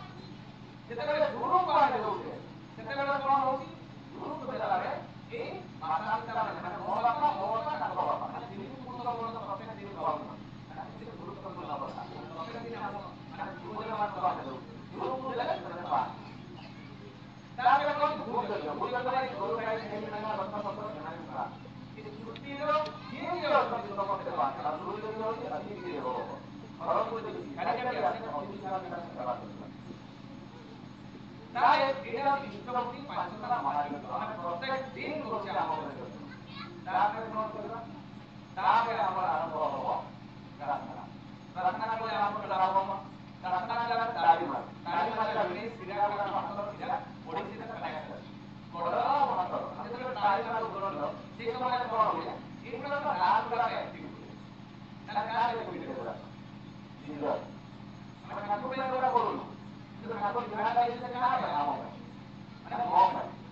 ତାପରେ ପ୍ରାର୍ଥନା କରିସାରିଲା ପରେ ଆଧ୍ୟାତ୍ମିକ ବହି ପଢିବା। ଆଧ୍ୟାତ୍ମିକ ବହି ପଢିଲେ କଣ ଲାଭ ଅଛି ଯେ ଆମର ପାରିବାରିକ ଜୀବନର ସମସ୍ୟା ଗୁଡାକ ସମାଧାନ ହୁଏ। ଏ ଯୋଉ ପୁରାଣ ଶାସ୍ତ୍ର ବା ସତ୍ୟାସରଣ ନାରୀ ନୀତି ଏଗୁଡାକ କଣ ହୁଏ ଆମ ପରିବାରର ସମସ୍ୟା ସମାଧାନ ହୁଏ। ତାପରେ କଣ କରିବା ବହି ପଢି ସାରିଲା ପରେ ଗୁରୁ ଗୁରୁଜନଙ୍କୁ ପ୍ରଣାମ କରିବା। ଗୁରୁ ଗୁରୁଜନଙ୍କୁ କାହିଁକି ପ୍ରଣାମ କରିବା? ଯଦି ବାପୁ ପୁଅର ସମ୍ପର୍କ ଭଲ ନଥିବ ସ୍ୱାମୀ ସ୍ତ୍ରୀର ସମ୍ପର୍କ ଭଲ ନଥିବ ପ୍ରଣାମ କଲେ ତାଙ୍କ ମାନେ ଭଲ ପାଇବା ତାଙ୍କର ବୃଦ୍ଧି ହବ। ଏଇ ଜିନିଷଟା ଅନ୍ୟ ସତ୍ସଙ୍ଗ ପରିବାରରେ ହିଁ ଦେଖାଯାଏ। ଅନ୍ୟ ପରିବାରରେ ସକାଳ ସନ୍ଧ୍ୟା ପିଲାମାନେ ପ୍ରଣାମ କରିବା ଏଇଟା ଦେଖା ହିଁ ଯାଏ ନାହିଁ। କାହିଁକି ସେଇଥିପାଇଁ ତ ଭାଗବତରେ ଲେଖା ହେଇଛି କଣ ଲେଖା ହେଇଛି ଯେ ମାତୃଦେବୋ ଭବ ପିତୃଦେବୋ ଭବ ଆଚାର୍ଯ୍ୟ ଦେବୋ ଭବ ଅତିଥି ଦେବୋ ଭବ। ତାହେଲେ ମା ହଉଛନ୍ତି ପ୍ରଥମେ ସେଟା କାହିଁ ଲେଖା ହେଲା ନାହିଁ ପୂର୍ବ ଦେବୋ ଭବ ଗଣେ ଦେବୋ ଭବ କାହିଁକି ଭାଗବତରେ କାହିଁକି ଲେଖା ହେଲା ଯେ ଆମେ ଯେତେବେଳେ ସକାଳେ ପ୍ରଥମେ ମା ବାପାଙ୍କୁ ପ୍ରଣାମ କରିବା। ଗୁରୁ ଗୁରୁଜନ ଆମେ ଯୋଉମାନେ ଥିବେ ଦାଦା ଅଜା ଯୋଉମାନେ ଥିବେ ଆମ ଘରେ ତାଙ୍କୁ ପ୍ରଣାମ କରିବା। ସେ ପ୍ରଣାମ କଲେ ଆମେ ତାଙ୍କର ଆଶୀର୍ବାଦ ପ୍ରାପ୍ତ ହେବା। ତାପରେ ପ୍ରଣାମ କରି ସାରିଲା ପରେ କଣ କରିବା ହାକୁଡି ପତ୍ର ଖାଇବା। ହାକୁଡି ପତ୍ର 40 ପ୍ରକାର ରୋଗର ମୁକ୍ତି। ଏଇ ଯୋଉ ବ୍ଲଡ ପ୍ରେସର ହବନି ବ୍ଲଡ କ୍ଲଟିଂ ହବନି ହାର୍ଟ ପ୍ରୋବ୍ଲେମ ଦେଖାଯିବନି ଏଇଟା ହଉଛି ମେନ୍ କାମ ସବୁଦିନ ହାକୁଡି ପତ୍ର ଖାଇବା। ତାପରେ କଣ କରିବା ହାକୁଡି ପତ୍ର ଖାଇସାରିଲା ପରେ ପ୍ରଭାତ ଫେରିବା ଏକ୍ସରସାଇଜ। ଏତିକି କାମ ଠାକୁର ଆମକୁ ଦେଇଛନ୍ତି। କାହା ପାଇଁ ଦେଇଛନ୍ତି ଆମ ପାଇଁ। ଆମେ କେମିତି ବଞ୍ଚିବା ପାଇଁ ସେଇଥିପାଇଁ ଦେଇଛନ୍ତି କିନ୍ତୁ ଆମେ କରୁନା। ହ୍ୟାଲୋ କାରଣ ହେଲା କାରଣ ଚେଞ୍ଜ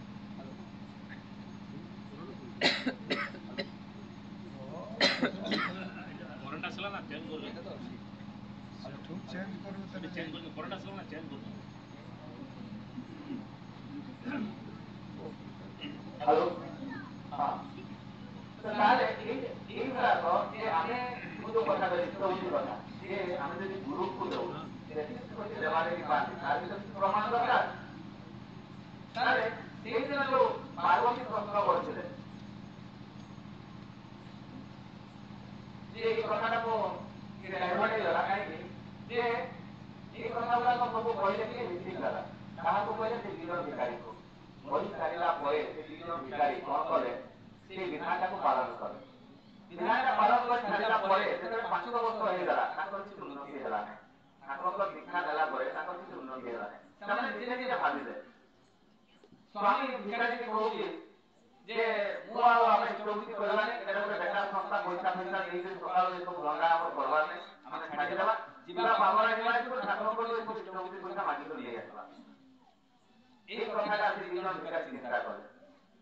ସେଇଦିନ ବାହାରିଲେ ପାବନା ହିମାୟତପୁର ଆଶ୍ରମକୁ ଠାକୁରଙ୍କ ପାଖରୁ ସବୁ ପଇସା ମାଗିକରି ଆଣିଲେ ଇଷ୍ଟଭକ୍ତି ପଇସା। ଠାକୁର ତ ଅନ୍ତର୍ଯାମୀ ଯେତେବେଳେ ଠାକୁର ଯେତେବେଳେ ଅନ୍ତର୍ଯାମୀ ସେ ପରମ ପୂଜ୍ୟ ପାଦ ଶ୍ରୀ ବଡ଼ଦାନଙ୍କୁ କହିଲେ ଯେ ଯେତେ ଇଷ୍ଟଭକ୍ତି ଅଛି ଗୋଟେ କନାରେ ବାନ୍ଧି ତାକୁ ନେଇ ଆସ ଆଣିକିନା ଏଇଠି ମୋ ପାଖରେ ରଖ। ପରମ ପୂଜ୍ୟ ପାଦ ବଡ଼ଦା ଗଲେ ରେଜିଷ୍ଟର ଥିଲା ସେତେବେଳେ କମ୍ପ୍ୟୁଟର ନଥିଲା ଯେତେ ଇଷ୍ଟଭକ୍ତି ପଇସା ଗଣନା କରି ଆଣି ଶିଶି ଠାକୁରଙ୍କ ପାଖରେ ରଖିଲେ। ଯେତେବେଳେ ଶିଶି ଠାକୁରଙ୍କ ପାଖରେ ରଖିଲେ ତା ଆର ଦିନ ହେଇଛି ସେ ଦି ଜଣ ଭିକାରୀ ପହଞ୍ଚିଛନ୍ତି। ପହଞ୍ଚିକିନା ଯେତେବେଳେ ପ୍ରଣାମ କରୁଛନ୍ତି ଠାକୁରଙ୍କୁ ସେ ଗଣ୍ଠୁଲିଟା ଯୋଉ କନାରେ ବନ୍ଧା ହେଇଥିବା ଖୁଚୁରା ପଇସା ଗୁଡାକ ଧରିଦେଲେ। ଯେତେବେଳେ ଖୁଚୁରା ପଇସା ଗୁଡାକ ଧରିଦେଲେ ସେ ମା ଭିକାରୀଟା କହୁଛି ଆରେ ଠାକୁର ବୋଧେ ଅନ୍ତର୍ଯାମୀ କେମିତି ଜାଣିଲେ ଆମେ ପଇସା ଗୁଡା ମାଗିତେ ଆସିଛୁ। ସେ ପୁରୁଷ ଭିକାରୀଟା କହୁଛି ଆମର ତ ଉନ୍ନତି ହେଲାନି ଆମର କି ଯାଉଛି ଆମେ ତ ପଇସା ପାଇଛୁ ଚାଲ ପଳେଇବା। ପଇସା ଗୁଡାକ ଧରିଲେ ଆଉ ଉଠିକିରି ଚାଲିଲେ। ଯିବା ସମୟରେ ଠାକୁର କହୁଛନ୍ତି ଯେ ତୁମେ ଯୋଉ ପଇସା ଗୁଡାକ ନେଇକି ଯାଉଛ ତୁମେ କିଛି କୁକୁରମାନଙ୍କୁ ଖୁଏଇ ଦେଇକି ଘରକୁ ପଳେଇବ। ସେ ଦି ଜଣ ଭିକାରୀ ଚିନ୍ତା କଲେ ଯେ ବ୍ରାହ୍ମଣ ମାନେ କୁହନ୍ତି ଗୁଆ ଗାଈ ଏବଂ ଯଦି କୁକୁରମାନଙ୍କୁ ଖାଇବା ପାଇଁ ଦିଆଯାଏ ତାହେଲେ ପୁଣ୍ୟ ଅର୍ଜନ ହବ। ତେଣୁକରି ଠିକ ଅଛି କୁକୁରକୁ ଖୁଏଇକି ପଳେଇବା। ସେମାନେ କଣ କଲେ ବିସ୍କୁଟ କିଣିଲେ କୁକୁରମାନଙ୍କୁ ଖୁଏଇଲେ। ଖୁଏଇଲା ବେଳେ ଦେଖାଗଲା ଯେ ତିନିଟା କୁକୁର ମରିଗଲେ। ଯେତେବେଳେ ତିନିଟା କୁକୁର ମରିଗଲେ ସେତେବେଳେ ଗାଁ ବାଲା ଭାବିଲେ ଯେ ବିଷ ଦେଇ ଦେଇ କୁକୁରକୁ ମାରୁଛନ୍ତି। ସେତେବେଳେ କଣ କଲେ ପିଟିବା ପାଇଁ ଦୌଡ଼ିଲେ ସେ ଭିକାରୀମାନଙ୍କୁ। ପ୍ରାଣ ବିକଳ ଯାଇକି ଠାକୁରଙ୍କ ପାଖରେ ବସିଗଲେ। ଯେତେବେଳେ ପ୍ରାଣ ବିକଳ ଠାକୁରଙ୍କ ପାଖରେ ଯାଇକି ବସିଗଲେ ସେତେବେଳେ ଠାକୁର କହିଲେ ତୁମେ କିଏ ହେଲା ତୁମେ କାହିଁକି ଏତେ ଭୟ ଦେଇକି ଦୌଡ଼ିକି ଆସୁଛ? କହିଲେ ଠାକୁର ସେ ଗାଁ ବାଲା ଆମକୁ ପିଟିବା ପାଇଁ ଦଉଛ କାହିଁକି? ନାଇଁ ଆପଣ କହିଲେ ବିସ୍କୁଟ ଖାଇକି ଦେବା ପାଇଁ। ମୁଁ ତ ବିସ୍କୁଟ ଖାଇବା ପାଇଁ ଦେଲି କିନ୍ତୁ ସେମାନେ ମରିଗଲେ ତିନିଟା ଯାକ କୁକୁର। କହିଲେ ଓ ସେଇଟା ତାହେଲେ ଠିକ ଅଛି ବସ। ଠାକୁରଙ୍କୁ ପ୍ରଶ୍ନ କରୁଛନ୍ତି ସେ ଦି ଜଣ ଭିକାରୀ। କହିଲେ ସେ କୁକୁର ଗୁଡା ମଲେ କାହିଁକି? ଠାକୁର କହୁଛନ୍ତି ପୂର୍ବ ପୂର୍ବ ଜନ୍ମର କର୍ମଫଳ ତୁମ ଇଷ୍ଟବୃତ୍ତି ମାଧ୍ୟମରେ ଖଣ୍ଡନ ହୁଏ। ଆମେ ଯୋଉ ପ୍ରତ୍ୟେକ ଦିନ ଇଷ୍ଟବୃତ୍ତି ଦଉ ସେଇ ମାଧ୍ୟମରେ ପୂର୍ବ ପୂର୍ବ ଜନ୍ମର କର୍ମଫଳ ଖଣ୍ଡନ ହୁଏ। ଆଉ ଏଇ ଯୋଉ ଇଷ୍ଟ ଗୁଡାକ ଯେତେବେଳେ କୁକୁରକୁ ଦେଇଦେଲ ସେ ଆଉ ସହି ପାରିଲେନି ତେଣୁ ମୃତ୍ୟୁବରଣ କଲେ। ଠାକୁର ଏଇଟା ତ ବୁଝିଗଲେ ଯେ ଇଷ୍ଟବୃତ୍ତି ମାଧ୍ୟମରେ ପୂର୍ବ ପୂର୍ବ ଜନ୍ମର କର୍ମଫଳ ଖଣ୍ଡନ ହୁଏ। ଏଇଟା ତ ମୁଁ ବୁଝିଗଲି କିନ୍ତୁ ଆମ ତ କାହିଁ ଉନ୍ନତି ହେଲାନି? ଠାକୁର କହୁଛନ୍ତି ଯେ ତୁମେ ଯେତେବେଳେ ଦୀକ୍ଷା ନେଇନଥିଲ ସେତେବେଳେ ତୁମର ଅବସ୍ଥା କଣ ଥିଲା ମତେ ଟିକେ କୁହ। ସେତେବେଳେ ସିଏ କହୁଥିଲେ ଯେ ଯେତେବେଳେ ଆମେ ଦୀକ୍ଷା ନେଇନଥିଲୁ ସେତେବେଳେ ଆମେ ସ୍ୱାମୀ ସ୍ତ୍ରୀରେ ଆମ ବାଡ଼ିଆ ପିଡ଼ିଆ ଲାଗୁଥିଲୁ ମୁଣ୍ଡ ଫଟା ଫୁଟି ହେଇଯାଇଛି। ଆମର ଖାଇବା ପାଇଁ ମିଳେନି ଦିନେ ଦିନେ ଆମେ ପାଣି ପିଇକିନା ଶୋଉଥିଲୁ। ଆଉ ଆମ ରୋଗ ବ୍ୟାଧ ସବୁବେଳେ ଲାଗି ରହିଥିଲା। ତାହେଲେ ଆଜି କାହିଁକି ତୁମକୁ ରୋଗ ହଉନି? କହିଲେ ଋଷି ଦାଦା କହିଥିଲେ ସଦାଚାର ବିଷୟରେ ତୁମେ ଯେତେବେଳେ ଭିକ ମାଗି ଆସିବ ଗାଧେଇ ପାଧେଇକି ଘରକୁ ବସିବ ତେଣୁ ଆମର ଆଉ ରୋଗ ହଉନି। ଆଉ ଅଭାବ ହଉଛି ଖାଇବା ପାଇଁ କହିଲେ ନାଇଁ 3 ମାସର ଷ୍ଟକ୍ ହେଇକିନା ରହିଛି। ପୁଣି ପଚାରୁଛନ୍ତି ଠାକୁର ଯେ ତୁମ ଭିତରେ ବାଡ଼ିଆ ପିଡ଼ିଆ ହଉଥିଲା କାହିଁକି ହଉନି ମୁଣ୍ଡ ଫଟା ଫୁଟି? ସେତେବେଳେ ସିଏ କହୁଛନ୍ତି ଯେ ମୋ ସ୍ତ୍ରୀ ପ୍ରତ୍ୟେକ ଦିନ ମୋତେ ପ୍ରଣାମ କରେ ପ୍ରାର୍ଥନା କରେ ତେଣୁ ମୋର ତା ପ୍ରତି ପ୍ରେମ ଭାବ ଆସିଯାଏ ତେଣୁ ମୁଁ ଆଉ ତାକୁ ପିଟେନା। ଏଥିରେ ତ ତୁମର ପରିବର୍ତ୍ତନ ହେଇଯାଇଛି ଆଉ ତୁମେ କେମିତି କହୁଛ ଯେ ତୁମର ପରିବର୍ତ୍ତନ ହେଇନି? କହିଲେ ନାଇଁ ଠାକୁର ଆମେ ଯେତେବେଳେ ଦୀକ୍ଷା ନେଲୁ ଆମେ ଭାବିଥିଲୁ ଆମର କୋଠା ବାଡ଼ି ଘର ଦ୍ୱାରା ଗାଡ଼ି ଘୋଡ଼ା ସବୁ ହବ। ଠାକୁର କହୁଛନ୍ତି ପୂର୍ବ ପୂର୍ବ ଜନ୍ମର କର୍ମଫଳ ଯେତେ ପର୍ଯ୍ୟନ୍ତ ଖଣ୍ଡନ ହେଇନାହିଁ ସେତେ ପର୍ଯ୍ୟନ୍ତ ତୁମେ ଭାବିଥିବା କଥାଟା ତୁମର ପୂରଣ ହେବ ନାହିଁ। ଆଉ ଯେତେବେଳେ ପୂର୍ବ ପୂର୍ବ ଜନ୍ମର କର୍ମଫଳ ଖଣ୍ଡନ ହେଇଯିବ ସେତେବେଳେ ତୁମେ ଭାବିଥିବା କଥା ଗୁଡ଼ାକ ତୁମର ପୂର୍ଣ୍ଣ ହବ। ତାହେଲେ ଚିନ୍ତା କରନ୍ତୁ ଯେତେବେଳେ ଆମେ ଗୁରୁଙ୍କୁ ଧରୁ ଗୁରୁଙ୍କୁ ପୂଜା କରୁ ସେତେବେଳେ ଏଇ ଯୋଉ ଦେବାଦେବୀ ଯେତିକି ଦେବାଦେବୀ ସମସ୍ତେ ପାଇଯାଆନ୍ତି। ତାର ଉଦାହରଣ ମୁଁ ଦେବି। ପାର୍ବତୀ ସେଦିନ ପ୍ରଶ୍ନ କରୁଛନ୍ତି ଯେ ପ୍ରଭୁ କାହାକୁ ପୂଜା କଲେ 33 କୋଟି ଦେବାଦେବୀ ପୂଜା ପାଇବେ? ସେତେବେଳେ ସ୍ୱୟଂ ଶିବ କେତେ ସୁନ୍ଦର କଥା କହୁଛନ୍ତି। ଋଗ୍ବେଦରେ ଲେଖା ହେଇଛି ଏଇଟା ସମସ୍ତଙ୍କ ମୁଖସ୍ଥ ବି ଅଛି ଏଇ କଥାରେ। ସ୍ୱୟଂ ଶିବ କଣ କହୁଛନ୍ତି ପାର୍ବତୀଙ୍କୁ? ଯେ କହୁଛନ୍ତି ଯେ ଗୁରୁ ବ୍ରହ୍ମା ଗୁରୁ ବିଷ୍ଣୁ ଗୁରୁ ଦେବ ମହେଶ୍ୱର ଗୁରୁ ସାକ୍ଷାତ୍ ପରମ ବ୍ରହ୍ମ ତସ୍ମୈ ଶ୍ରୀ ଗୁରବେ ନମଃ। ଏଇଟା ଆମେ ସମସ୍ତେ ଜାଣିଛେ କିନ୍ତୁ ଆମ ମୁଣ୍ଡ ଭିତରେ ପଶେନି। କାହିଁକି ପଶେନି? ଆମେ ତାକୁ ଆଲୋଚନା କରୁନା, ଆମେ ତାକୁ ବିଶ୍ଳେଷଣ କରୁନା, ସେଇଥିପାଇଁ ଆମେ ପଶେନି। ତେଣୁ ଗୁରୁ ହଉଛନ୍ତି ବ୍ରହ୍ମା, ଗୁରୁ ହଉଛନ୍ତି ବିଷ୍ଣୁ, ଗୁରୁ ହଉଛି ମହେଶ୍ୱର ଏବଂ ଗୁରୁ ସାକ୍ଷାତ୍ ପରମ ବ୍ରହ୍ମ। ପରମ ବ୍ରହ୍ମ ମାନେ ଏ ସୃଷ୍ଟିର ତତ୍ତ୍ୱର ଜ୍ଞାନ ଯାହା ପାଖରେ ଅଛି ସିଏ ହିଁ ପରମ ବ୍ରହ୍ମ। ତାହେଲେ ଏଇ ଯୋଉ ବ୍ରହ୍ମ କଥା ବି ଆଲୋଚନା କରେ ଯେ ସୃଷ୍ଟିର ତତ୍ତ୍ୱ ଯାହା ପାଖରେ ଅଛି ଯିଏ ଜାଣିଛି ଏ ସୃଷ୍ଟିକୁ, ତାହେଲେ ତାଙ୍କୁ ଯଦି ଆମେ ପୂଜା କରୁ ତାହେଲେ ସବୁ ଦେବାଦେବୀ ପାଇବେ। କାହାକୁ? ଗୁରୁଙ୍କୁ। ପୁଣି ପାର୍ବତୀ ପ୍ରଶ୍ନ କରୁଛନ୍ତି ଯେ ମଣିଷ କାହାର ମନ୍ତ୍ର ଜପ କରିବ? ଏଇଟା ବି ତ ବହୁତ ବଡ଼ ପ୍ରଶ୍ନ। ସେତେବେଳେ କହୁଛନ୍ତି ଯେ ମନ୍ତ୍ର ମୂଲ୍ୟ ଗୁରୁ ବାଚ୍ୟ। ଋଗ୍ବେଦରେ ଲେଖା ହେଇଛି। କଣ ଲେଖା ହେଇଛି? ମନ୍ତ୍ର ମୂଲ୍ୟ ଗୁରୁ ବାଚ୍ୟ। ଗୁରୁ ନିର୍ଦ୍ଦେଶିତ ମନ୍ତ୍ର ସହିତ ସମାନ। ଗୁରୁ ନିର୍ଦ୍ଦେଶିତ ମନ୍ତ୍ର ସହିତ ସମାନ। ଠାକୁର ମନ୍ତ୍ର ଦେଇଛନ୍ତି ରାଧା ନାମଟା ଆମେ ଯୋଉମାନେ ଦୀକ୍ଷା ନେଇଛନ୍ତି ସେମାନେ ଜାଣିଛନ୍ତି। ଯୋଉ ଆମେ ୟୁଟ୍ୟୁବ ଖୋଲିଦେଲା ପରେ ଏଇ ରାଧା ନାମଟା ଦେଖିଲେ ସବୁ ସାଧୁ ସନ୍ନ୍ୟାସୀ ମାନେ ସବୁ ଯୋଉ ଆମର କାଶୀ ବୃନ୍ଦାବନରେ ଅଛନ୍ତି ଅଯୋଧ୍ୟାରେ ଅଛନ୍ତି ଏମାନେ ସବୁ ରାଧା ନାମ ହିଁ ଜପ କରନ୍ତି। ଠାକୁର ଏପର୍ଯ୍ୟନ୍ତ ଗୋଟେ କୌଣସି ଜିନିଷ ଦେଇନାହାନ୍ତି, ସବୁ ବେଦରୁ ହିଁ ଦେଇଛନ୍ତି। ଯେହେତୁ ସେ ବେଦ ପୁରୁଷ ଏପର୍ଯ୍ୟନ୍ତ ଦେବେ କାହିଁକି? ତେଣୁ ଆମେ ସମସ୍ତେ ସେଇ ରାଧା ନାମ ହିଁ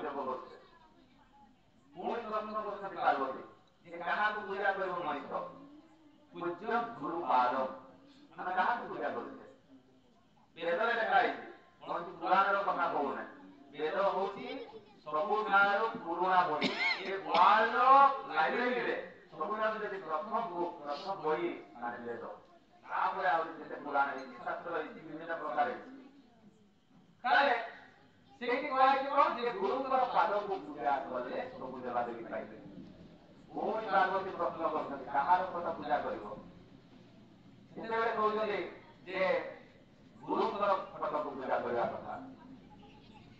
ଯେ ଗୁରୁମୂର୍ତ୍ତି ପୂଜ୍ୟମ ଗୁରୁମୂର୍ତ୍ତି ଗୁରୁମୂର୍ତ୍ତିରେ ଆମେ ଯେ ଚକ୍ରପଟ ଅଛି ଆମ ଘରେ ଯୋଉମାନେ ଦୀକ୍ଷା ନେଇଛନ୍ତି ଏବେ ଠାକୁରଙ୍କୁ ଛୋଟ ପଟରେ ଅଛି ଆମେ ତାକୁ ପ୍ରତ୍ୟେକ ଦିନ ନାମ ଧ୍ୟାନ କରୁ। ତାହେଲେ ଗୁରୁଙ୍କୁ ନାମ ଧ୍ୟାନ କରିବା କଥା ସେ କହିଛନ୍ତି।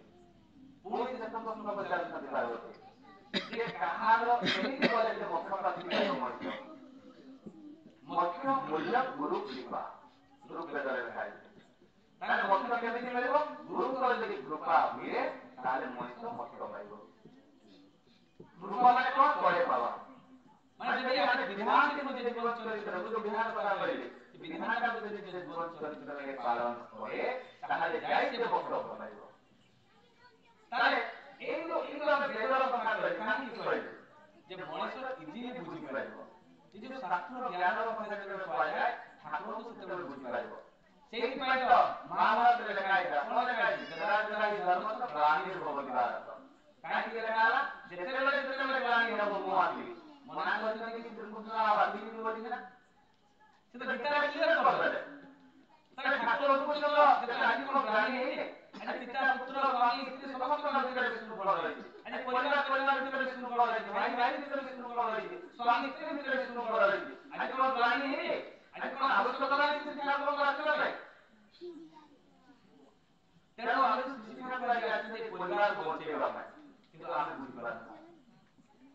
ଏ ଯୋଉ ପରିବାରକୁ ବଞ୍ଚେଇବା କଥା ଯେତେବେଳେ କୁହାଯାଏ ଏ ପରିବାର ଜୀବନଟା ଆମେ ଯେତେବେଳେ ଆମେ ଭଲ ଭାବରେ ଆମେ ସମସ୍ତେ ମିଳିମିଶି ରହିବା ଦେଖିବେ ଏ ପରିବାରଟା ଗୋଟେ ବୈକୁଣ୍ଠ ସମାନ ହବ। ପରିବାରଟା ଗୋଟେ ମନ୍ଦିର, ଘରଟା ଗୋଟେ ମନ୍ଦିର, ଶରୀରଟା ଗୋଟେ ମନ୍ଦିର। ଏଇ ଭିତରେ କ'ଣ ଅଛି? ଏ ବାୟୁ ଅଛି, ବାୟୁ ଜଣେ ଦେବତା। ଅଗ୍ନି ଅଛି, ଉତ୍ତାପ ଅଛି ଶରୀର ଭିତରେ, ସେ ଦେବତା। ଜଳ ଅଛି, ବାୟୁ ଅଛି, ଅଗ୍ନି ଅଛି, ଏଇଗୁଡ଼ାକ ହେଉଛି ଗୋଟେ ଗୋଟେ ଦେବତା। ଯେତେବେଳେ ଏଇ ଜିନିଷଟାକୁ ଅପବିତ୍ର କରିଦେଉ, ଶରୀରଟାକୁ ଅପବିତ୍ର କରିଦେଉ, ସେଠି କିଏ ବାସ କରିବ? ଭୂତ ପ୍ରେତ। ଯେତେବେଳେ ଶରୀରଟାକୁ ଆମେ ଠିକ ଭାବରେ ପରିଚାଳନା କରିବୁ, କାହିଁକି ଆଜି ମୁଁ ସତ୍ୟ ବିଷୟରେ ଆଲୋଚନା କରୁନାହିଁ, ନହେଲେ ମୁଁ କରିଥାନ୍ତି। ଆଜି ଗୁରୁଙ୍କର ଭୂମିକାର ଆବଶ୍ୟକତା ବିଷୟରେ କହୁଛି। ତେଣୁ ଜଣେ ଭକ୍ତ ଥିଲେ କୃଷ୍ଣଙ୍କର ଭକ୍ତଙ୍କୁ କହିଲେ କେମିତି ଭକ୍ତ ହେବା ଦରକାର। ଜଣେ କୃଷ୍ଣଚନ୍ଦ୍ର ଦାସ, ଓଡ଼ିଶାର ଜଣେ କୃଷ୍ଣଙ୍କର ଭକ୍ତ ଥିଲେ କୃଷ୍ଣଚନ୍ଦ୍ର ଦାସ। ସେ କୃଷ୍ଣ ଛଡ଼ା ଜଗନ୍ନାଥଙ୍କର ସିଏ ଆଉ କିଛି ଚିନ୍ତା କରନ୍ତି ନାହିଁ। ସିଏ ନିଜେ ଭାବିଲେ ଯେ ଜୀବନ୍ତ ଭଗବାନଙ୍କ ଆବଶ୍ୟକତା ରହିଛି, ଜୀବନ୍ତ ଗୁରୁଙ୍କର ଆବଶ୍ୟକତା ରହିଛି। ଭଗବାନ ପାଖରେ ଆମେ ଯେତେବେଳେ ନିବେଦନ କରୁ ଆମେ ଠାକୁରଙ୍କ ପାଖରେ ଫଟୋ ସାମ୍ନାରେ ନିବେଦନ କରୁ, ସିଏ ତ ଶୁଣିବେ କିନ୍ତୁ ତାର ଏନ୍ସାରଟା କି ଆମେ ଶୁଣିପାରିବା? ଆମେ ଜଗନ୍ନାଥଙ୍କ ପାଖରେ ଆମେ ଆମ ନିବେଦନ କରିବା, ଆମ ରୋଗ ବ୍ୟାଧ ବ୍ୟାଧି ଜଳା ଯନ୍ତ୍ରଣା ନିବେଦନ କରିବା, ସିଏ ତ ଶୁଣିପାରିବେ। କିନ୍ତୁ ସିଏ ଯୋଉ ଏନ୍ସାର ଦେବେ ଆମେ କ'ଣ ଶୁଣିପାରୁ? ସିଏ ତ ମୂର୍ତ୍ତି। ତେଣୁ ଜୀବନ୍ତ ଗୁରୁର ଆବଶ୍ୟକତା ବୋଲିକିନା କୃଷ୍ଣଚନ୍ଦ୍ର ଦାସ ଭାବିଲେ ଏବଂ ସିଏ ଗୁରୁ ବୁଝିଲେ କାହାକୁ ଧରିବେ? ଗୁରୁ ତ ଯିଏ ହେଲେ ବି ହେଇପାରିବ, ଯିଏ ଜଣେ ପ୍ରବଚନ ଦଉଛନ୍ତି, ଜ୍ଞାନ ଦେବା ପାଖରେ ଅଛି, ସିଏ ବି ଗୁରୁ। ଗୋଟେ ଗୋଟେ ସେମାନେ ଦୀକ୍ଷା ଦଉଛନ୍ତି। କିନ୍ତୁ ସଦ୍ଗୁରୁ କିଏ? ଆଚରଣ କୃଷ୍ଣ। ନିଜ ଜୀବନ ଚରିତ୍ରରେ କରିକିନା ଦେଖାନ୍ତି। ରାମଚନ୍ଦ୍ର କରିକିନା ଦେଖାଇଲେ, କାହାକୁ ନିର୍ଦ୍ଦେଶ ଦେଇନାହାନ୍ତି। କୃଷ୍ଣଚନ୍ଦ୍ର କରିକିନା ଦେଖାଇଲେ। ଯୀଶୁ ମହମ୍ମଦ ଶିକ୍ଷା କୃଷ୍ଣଚନ୍ଦ୍ର ଜୀବନ ଚରିତ୍ରରେ କରିକିନା ଦେଖାଇଲେ। କାହାକୁ ନିର୍ଦ୍ଦେଶ ଦେଇନାହାନ୍ତି ଯେ ମୁଁ ଏଇଟା କହିଲେ ତୁମେ କର। ଯିଏ ଆଚରଣ ସିଦ୍ଧ, ଯିଏ ଜୀବନ ଚରିତ୍ରରେ ସିଏ ହେଉଛି ସଦ୍ଗୁରୁ। ତେଣୁ ଶ୍ରୀ ଠାକୁର ହେଉଛନ୍ତି ସଦ୍ଗୁରୁ। ତେଣୁ ସେ ଯୋଉ ଭାବି ଭାବି କିଛି ଋଷି ଦାଦାଙ୍କ ସହିତ ପରାମର୍ଶ ହେଲା, ସେମାନେ କହିଲେ ଶ୍ରୀ ଠାକୁର ଅନୁକୂଳ ଚନ୍ଦ୍ର ଏଇ କଳିଯୁଗର ପୁରୁଷୋତ୍ତମ। ସେ କହିଲେ ଠିକ ଅଛି ମୁଁ ଦେଖିବା ପାଇଁ ଯିବି, ତାପରେ ଦୀକ୍ଷା ନେବି। ଗଲେ ପାବନା ହିମାୟତପୁର, ହିମାୟତପୁରରେ ଯାଇ ଯେତେବେଳେ ଠାକୁରଙ୍କୁ ଦେଖିଲେ ମୋହିତ ହେଇଗଲେ, ଦୀକ୍ଷା ନେଲେ। ଦୀକ୍ଷା ନେଲା ପରେ ଠାକୁରଙ୍କୁ କହୁଛନ୍ତି ଯେ ମୁଁ କୃଷ୍ଣଙ୍କ ମୂର୍ତ୍ତି ସାମ୍ନାରେ ମୁଁ ନାମ ଧ୍ୟାନ କରିବି। ଆପଣ ଯୋଉ ଫଟୋ କଥା କହିଲେ କିବା ମୁଁ ତା ସାମ୍ନାରେ ନାମ ଧ୍ୟାନ କରିବି ନାହିଁ। ଠାକୁର କହିଲେ ଠିକ ଅଛି ତୁ କୃଷ୍ଣଙ୍କ ମୂର୍ତ୍ତି ସାମ୍ନାରେ ନାମ ଧ୍ୟାନ କରିବୁ, କିନ୍ତୁ ମୁଁ ଯଦି ତୋ ସାମ୍ନାକୁ ପଳେଇ ଆସେ, ଏଇ କଥାଟା କହିଲେ ଠାକୁର, ଯଦି ମୁଁ ତୋ ସାମ୍ନାକୁ ଆସିଲେ ତୁ ଯେତେବେଳେ କୃଷ୍ଣଙ୍କ ମୂର୍ତ୍ତି ସାମ୍ନାରେ ନାମ ଧ୍ୟାନ କରିବୁ, ମୁଁ ଯଦି ଆସିଲେ, ସେତେବେଳେ ଆଉ କିଛି କହିଲେନି। ଘରକୁ ଆସିଲେ ଓଡ଼ିଶା, ଆସିକିନା କୃଷ୍ଣଙ୍କ ମୂର୍ତ୍ତି ସାମ୍ନାରେ ସେ ନାମ ହିଁ ଜପ କଲେ। ଜପ କରୁ କରୁ ପ୍ରତ୍ୟେକ ଦିନ ଠାକୁର ତାଙ୍କ ସାମ୍ନାକୁ ପଳେଇ ଆସନ୍ତି। ଦିନେ ସେ ଚିନ୍ତା କଲେ ଯିଏ କୃଷ୍ଣ ସିଏ ହେଲା ଠାକୁର କୃଷ୍ଣଚନ୍ଦ୍ର। ସିଏ ଆଉ ଠାକୁରଙ୍କ ଫଟୋ ସାମ୍ନାରେ ସିଏ ନାମ ଧ୍ୟାନ କଲେ। କରୁ କରୁ କରୁ କରୁ ହଠାତ୍ ଦିନେ ସେ ଯାଇଛନ୍ତି ପାବନା ହିମାୟତପୁର। ସେତେବେଳେ ଶାନ୍ତମୟ କଲିକତାର ବିରାଟ ଗୋଟେ ଗାୟକ ଯାଇଛନ୍ତି ପାବନା ହିମାୟତପୁର, ସେ ଭାଗବତ ଗାନ କରିବେ। କୋଉଠି? ଠାକୁରଙ୍କ ପାଖରେ। ଠାକୁରଙ୍କୁ ନିବେଦନ କରିଛନ୍ତି ଶାନ୍ତମୟ ଯେ ଠାକୁର ମୁଁ ଆଜି ଆଶ୍ରମରେ ଭାଗବତ ଗାନ କରିବି। ସେ କହିଲେ ଠିକ ଅଛି ଭାଗବତ ଗାନ କର। ଭାଗବତ କଥା ଆରମ୍ଭ କଲେ সেই সময় সমস্ত গুরু ভাই একটু সেখানে বসলে বসিলা পরে দেখা গলা ধীরে ধীরে ধীরে ধীরে ସବୁ ଗୁରୁ ଭାଇ ପଳେଇଲେ କିନ୍ତୁ ଏ କୃଷ୍ଣଚନ୍ଦ୍ର ଦାସ ଆଉ ଗଲେ ନାହିଁ। ଠାକୁର ଚିନ୍ତା କରୁଛନ୍ତି ମତେ ଯଦି ଏଇଟା ପାଣି ଦରକାର ତାହେଲେ ପାଣି ଗ୍ଲାସ ଦେବାର ହେଇନାହିଁ। ପଛଆଡ଼େ ଦେଖୁଛନ୍ତି କୃଷ୍ଣଚନ୍ଦ୍ର ଦାସ ବସିଛନ୍ତି। ତାଙ୍କୁ କହୁଛନ୍ତି ତୁମେ ଗଲ ନାହିଁ କାହିଁକି? ହେଲେ ଠାକୁର ଭାଗବତ ତ ମୁଁ ବହୁତ ଶୁଣିଛି ଆଉ ଶୁଣିବି ମଧ୍ୟ, କିନ୍ତୁ ଜୀବନ୍ତ ଭାଗବତ ମୋ ସାମ୍ନାରେ ଅଛନ୍ତି, ମୁଁ ତାଙ୍କୁ ଛାଡ଼ି ଗୋଟେ ପାଦ ମଧ୍ୟ ଯିବି ନାହିଁ।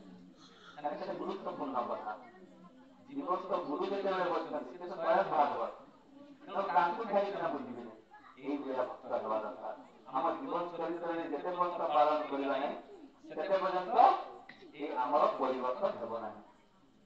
ତେଣୁ ଆମେ ଏଇ ଯୋଉ ଠାକୁରଙ୍କ ବିଧାନଟାକୁ ନିଜ ଜୀବନ ଚରିତ୍ରରେ ପାଳନ କରିବା, ଆଗକୁ ବଢିବା ଏବଂ ଠାକୁରଙ୍କ ବିଧାନଟାକୁ ପାଳନ କରିବା।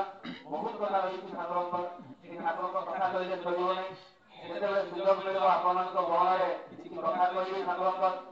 ତେଣୁ ଆଜି ଯୋଉମାନେ ଏଠି ଉପସ୍ଥିତ ଅଛନ୍ତି ସମସ୍ତଙ୍କର ପଞ୍ଚମହାଜୀବନ ସ୍ୱୀକୃତ ହଉ, ସମସ୍ତେ ଶାନ୍ତି ଶକ୍ତିରେ ନିରାମୟ ଜୀବନ ଯାପନ କରନ୍ତୁ। କାହିଁକି ବେଶୀ କଥା କହିଲେ ହଜମ ବି ହେବନି, କାହିଁକି ଭାଗବତ ପୁରାଣ ଶାସ୍ତ୍ରର ବହୁତ କଥା ରହିଛି। ତେଣୁ ଯୋଉମାନେ ଉପସ୍ଥିତ ଅଛନ୍ତି ଆଉ ଯୋଉମାନେ ଉପସ୍ଥିତ ହୋଇପାରିନାହାନ୍ତି ଆଉ ଯୋଉମାନେ ଏଇ ଦୂରଭାଷାରେ ଶୁଣୁଛନ୍ତି ସମସ୍ତଙ୍କର ପଞ୍ଚମହାଜୀବନ ସ୍ୱୀକୃତ ହଉ, ସମସ୍ତେ ଶାନ୍ତି ଶକ୍ତିରେ ନିରାମୟ ଜୀବନ ଯାପନ କରନ୍ତୁ। ଏତିକି